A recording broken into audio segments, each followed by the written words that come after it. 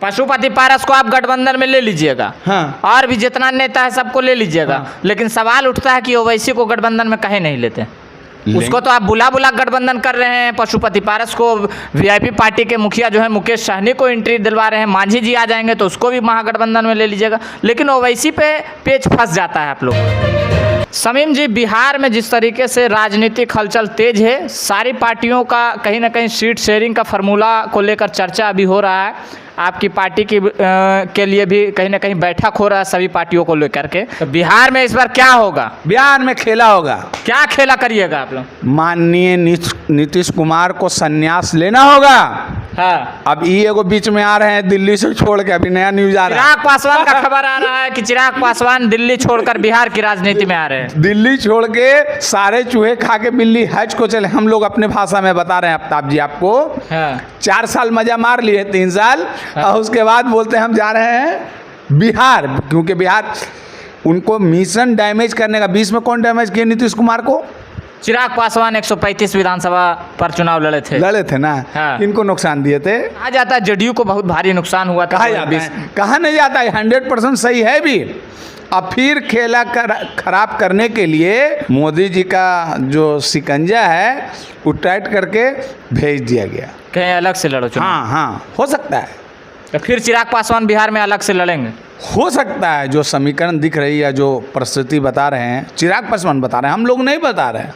हम लोग एक शब्द नहीं बोल रहे हैं, उसकी बयान को हम लोग दोबारा आपके पास रख रहे हैं। तो आपको क्या लगता है कि चिराग पासवान बिहार में अलग चुनाव लड़ सकते हैं सीएम फेस का, क्योंकि उसके पार्टी की ओर से बराबर? लड़के देख ले, औकात समझ में आएगा। 20 में लड़ा था ना, औकात समझ में आ गई थी ना। मौसम वैज्ञानिक का राजनीति करना बंद करें चिराग जी। आपकी जो इज्जत बची हुई है ना बीजेपी में, खत्म हो जाएगी। आप लड़के देख लीजिए, आपकी औकात नजर आ जाएगी कि आपकी क्या है। हाँ, एक युवा है, एक चेहरा है, उसको आप बनाए रखें। अगर लग रहा है कि हम सीएम फेस हों, हाँ। ये मुश्किल नहीं, नामुमकिन है। सीएम फेस बिहार में एक ही है, एक ही है।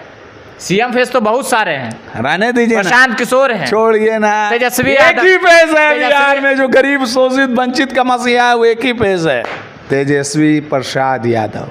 तेजस्वी यादव को कहते हैं कि इस बार कभी नहीं सीएम बन सकते, भाजपा वाले तो कह रहे हैं।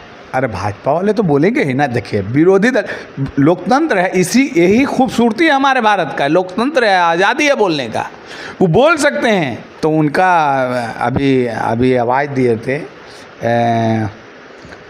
अभी एक बयान हम सुन रहे थे जिसमें चिराग पासवान ही और उनके ही जितने भी परिवार हैं खुद बता रहे हैं कि ये गलत ट्रैक पे जा रहे हैं। चिराग पासवान गलत ट्रैक पे जा रहे हैं। तो पशुपति पारस को तो एंट्री आप लोग दिलवा रहे हैं? दे सकते हैं। देखिए, मेरे पास सभी का दरवाजा खुला हुआ है। पशुपति पारस को आप गठबंधन में ले लीजिएगा, हाँ। और भी जितना नेता है सबको ले लीजिएगा, हाँ। लेकिन सवाल उठता है कि ओवैसी को गठबंधन में कहीं नहीं लेते।